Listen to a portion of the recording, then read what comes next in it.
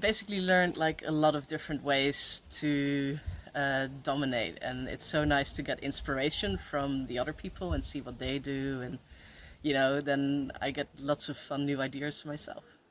You learn much more to be on either side of the spectrum, so to really lead a play and to take care of someone, make sure that they're safe and also having fun, and also to just surrender to the experience and be open to whatever weird stuff someone else might want to do.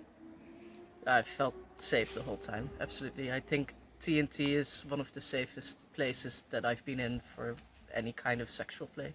Yeah. I feel happy, and I'm very excited to go home to my partner and show off all the things that I've learned. Yeah, and it's been really nice connecting with the TNT community again. Oh, I got to nerd a lot. I brought a bunch of my own toys that I got to try out on lots of different people, and I learned some new ways of doing some knots in the ropes, and yeah, lots of nerding, but in a good way. What did you think of the music? The music was super weird, but it worked.